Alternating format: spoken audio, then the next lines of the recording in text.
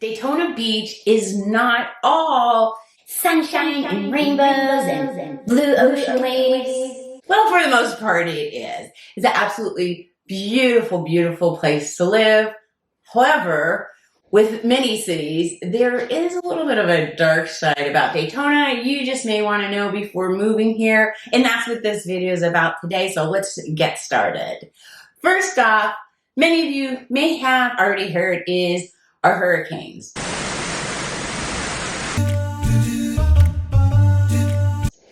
Listen, no matter where you live, more than likely you're going to deal with something. Here is hurricanes. Good news is you get plenty of warning when it's coming. And Central Florida in particular has hardly had any effects from these hurricanes, any damage. Down south, they've been beat up pretty bad. The Panhandle, it just sits there and beats them. Those have been hit pretty bad, but right here in beautiful Central Florida, the greater Daytona Beach area, we have been spared. We have been pretty good. I've lived here since '93. I have evacuated a few times, especially when my kids were little. I didn't want to risk them being traumatized for life. I didn't know what to expect. Do I still evacuate? Yeah, absolutely. Now I evacuate because I don't live without AC for a few days. I don't get me an impromptu vacation up north somewhere. The good news is also we haven't had one in a few years. The last one we did have was I didn't evacuate because it was coming in on the West Coast. Daytona's on the East Coast. I thought it would be, after going across the state, everything would be fine. I was wrong. But again, like I was saying, everybody usually has to deal with something. I was pushed down here to Florida because those Pennsylvania lakefront effect winters, I couldn't handle it anymore. I remember growing up there, I would be in a snowstorm, stuck in my apartment by myself for a few days. It was so sad and depressing. Then I know out west, where my daughter lives in California, they're constantly dealing with earthquakes. That is so scary. You get tornadoes, it's heat waves, snowstorms, everything. So I guess pick your battles. Considering hurricanes in the Central Florida, just be careful what part of Florida you're going to live in. I don't think they're that bad. If I got to pick one, I'm sticking with Florida. Okay, another dark side of Daytona is, and I am by no means glamorizing this, just wanting you to know, we did have a serial killer, and it was Eileen Wuornos. It was the first female serial killer. They did do lethal injection back in 2002, so she's no longer walking on this planet, and it was quite a few years ago. However, the bar she frequented, and I believe, according to the movie, which I think was called Monster, I haven't seen it. It was a really good movie. Charlene won an Academy Award, I believe, the actress that played Eileen. But anyways, that bar, the Last Resort, is still here in the greater Daytona Beach area. It's a real small, tiny bar. I've never gone in it. I've driven past it. Primarily just because it's on a major road. It's South Ridgewood and Port Orange is where it's located. So if you're just driving by, you kind of look. It's an interesting looking bar. So I don't know if you're ever in the area. It's kind of a famous bar now for sad, very, very sad reasons. But Daytona did have a female serial killer who's no longer with us. So that's just something to know about the dark side of Daytona Beach. Another dark side is we get seasonal depression. Our winter months come along and we get oh, wait, no, that's not us. It's sunny all the time. Edit that out, please. There's no one there. We do get tourists, and especially during certain seasons, we have more. In the winters, we get what are called snowbirds. Then we have our events like Bike Week, Race Week. We have concerts. We have truck rallies. We see these huge trucks driving around town.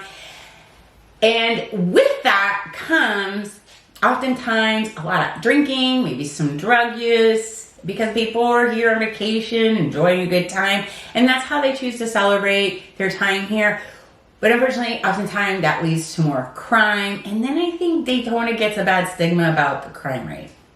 I believe It's a huge part of the events, and we're such a tourist place.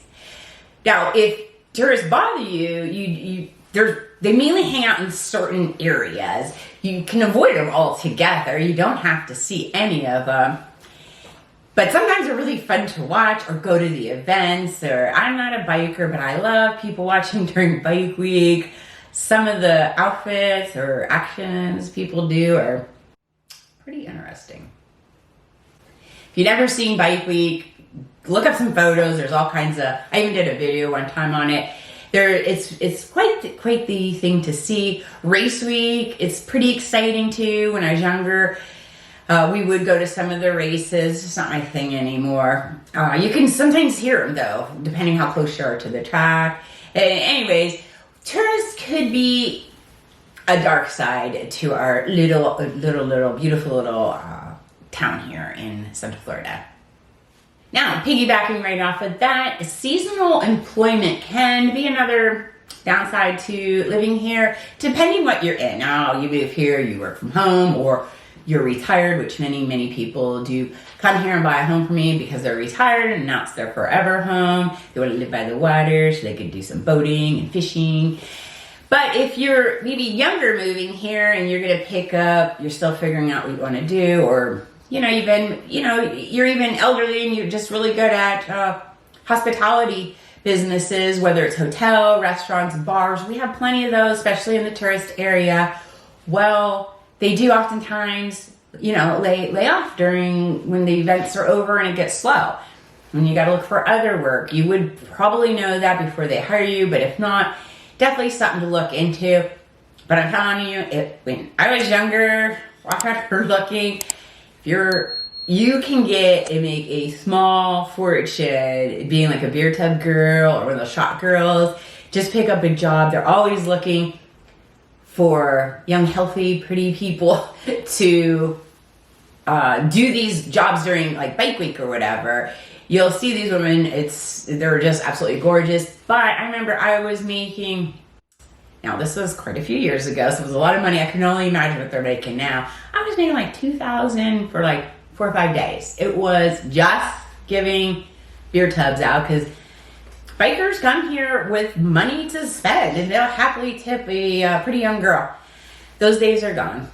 Now I sell houses happily. And another dark side is sharks.